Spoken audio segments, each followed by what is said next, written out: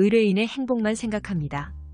법률 문제로 고민에 빠지신 분들에게 정확한 정보를 제공하여 현명한 선택을 하도록 도와드리는 소송 가이드입니다. 법은 사회 질서를 유지하고 정의를 실현하기 위한 도구입니다. 하지만 때로는 극악무도한 범죄를 저지른 이들에게 상상을 초월하는 형량이 선고되기도 합니다. 세계 각국의 법원에서는 살인, 전쟁 범죄, 테러, 대규모 사기 등 중대한 범죄를 저지른 이들에게 엄중한 처벌을 내려왔으며 그중 일부는 인간의 수명으로는 다 살 수 없을 만큼 긴 형량을 부여받기도 했습니다. 이번 영상에서는 전 세계 법원에서 선고된 역대 최고 형량 탑10을 소개합니다.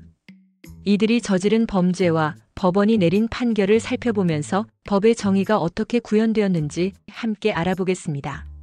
10위는 테리 니콜스로 168회 종신형을 받았습니다. 1995년 4월 19일 미국 오클라호마주의 엘프리드 P. 뮤러 연방정부 청사에 가해진 폭탄 테러인데요. 9.11 테러 이전 미국 국내에서 일어난 테러 중 가장 인명피해가 컸던 폭탄 테러라고 합니다. 2200kg이 넘는 질산 암모늄 비료와 니트로메탄과 경유를 트럭에 싣고 주차장에 세워둔 뒤 트럭이 폭발했습니다. 폭발 위력은 TNT 2300kg을 터뜨린 것과 비슷했다고 합니다. 이 사고로 168명이 사망하고 680여 명이 부상을 입었습니다. 주범 티머시 맥베이는 사형, 공범인 테리 니콜스는 희생자 1명당 1회로 총 168회 종신형을 중복 선고받았습니다. 현재 ADX 플로렌스 교도소에서 엄중한 감시 하에 20년 넘게 복역 중입니다. 9위는 마틴 브라이언트로 35회 종신형과 1035년형을 받았습니다. 이것은 호주 남부 태즈메이니아의 유명 휴양지 포트 아서 학살 사건인데요. 호주의 총기 보유 역사를 획기적으로 바꿔놓으며 총기로 인한 대량 인명살상을 막는 데 전환점이 된 사건입니다. 1996년 4월 28일 반자동 소총 이정 등으로 무장해 관광객 등에게 무차별적으로 총기를 난사해 35명이 숨지고 18명이 크게 다쳤습니다. 배심원단은 그에게 희생자 1명당 1회로 총 35회 종신형을 중복 선고했고 그가 초래한 피해와 테러에 대해서는 1035년을 선고했습니다. 8위는 압둘라 바르후티로 67회 종신형과 5200년형을 받았습니다. 압둘라 알바르구티는 팔레스타인 하마스 무장단체의 최고 위급 지도자 중 한 명입니다. IDF는 그가 2001년과 2002년 사이 민간인에 대한 폭격으로 66명이 사망하고 500명이 부상을 입은 죄로 그를 체포했습니다. 이스라엘 군사법원은 그에게 67회의 종신형에 5200년의 징역형을 선고했는데요. 이 형벌은 이스라엘 역사상 가장 긴 형벌이라고 합니다.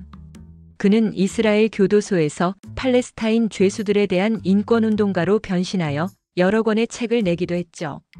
팔레스타인 당국은 바르후티의 수감 기간 내내 연금을 지급한다고 합니다. 7위는 더들리 웨인으로 2회 종신형과 1만년형을 받았습니다. 1976년 미국 알라바마에서 할로윈에 별거 중인 아내, 장모, 알라바마 대학생 3명을 살해한 혐의로 유죄 판결을 받았습니다. 1977년 전기의자 사형 선고를 받았지만 알라바마는 그가 죽기 전 사형을 금지하는 법안이 통과되며 1981년 재심을 받아 2회 종신형과 1만년형을 선고받아 당시 세계 신기록으로 기네스북에 올랐습니다. 5위 6위는 앨런 웨인, 데런 베날포드 앤더슨으로 2750년형과 11250년형을 받았습니다. 1993년 미국 오클라호마에서 앨런과 데런은 한 여성을 고속도로에서 납치해 몇 시간 동안 폭행한 뒤 샌드 스프링스의 자택으로 데려갔고 그곳에서 다시 그녀를 강간한 뒤 강탈했습니다. 1993년 둘은 강간 및 강도 혐의로 2750년형을 받았습니다.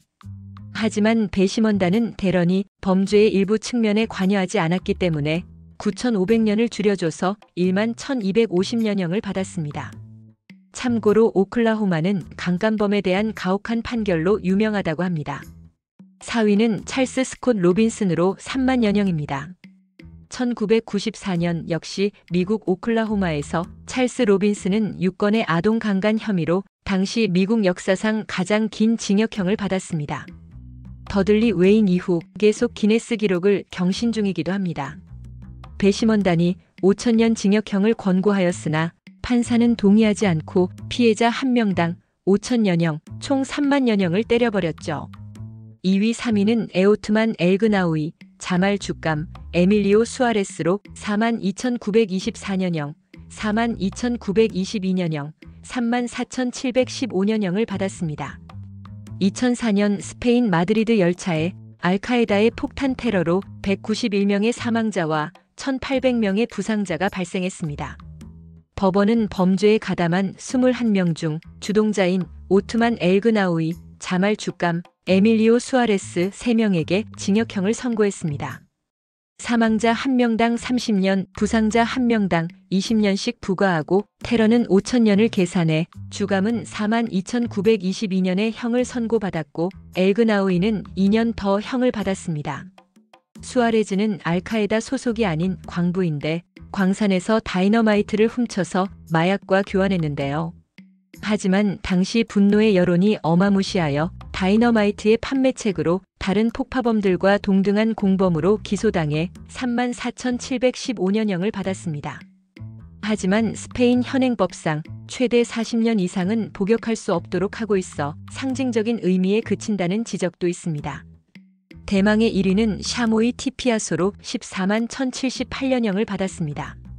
태국 공군 고위 장교의 아내인 그는 태국 국영 석유회사에서 일했는데 1960년대부터 피라미드 사기를 시작해 1980년대까지 16,231명에게서 돈을 갈취했습니다.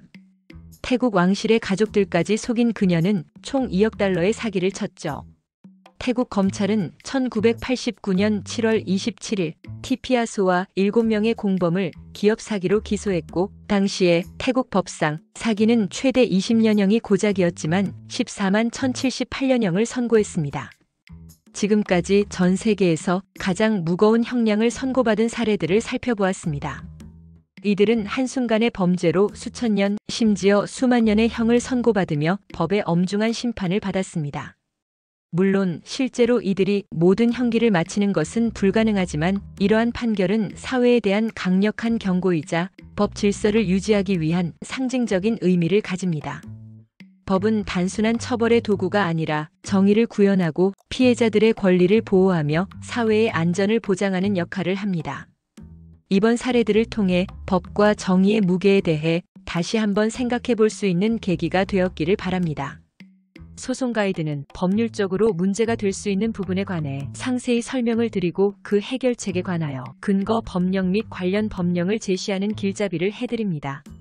항상 노력하는 자세로 의뢰인의 이익을 최우선하는 모습을 보여드리겠습니다. 소송에 대한 자세한 상담을 원하신다면 변호사 상담 신청을 누르시고 더 많은 정보를 보고 싶으시다면 소송 가이드 카페를 방문하시면 됩니다.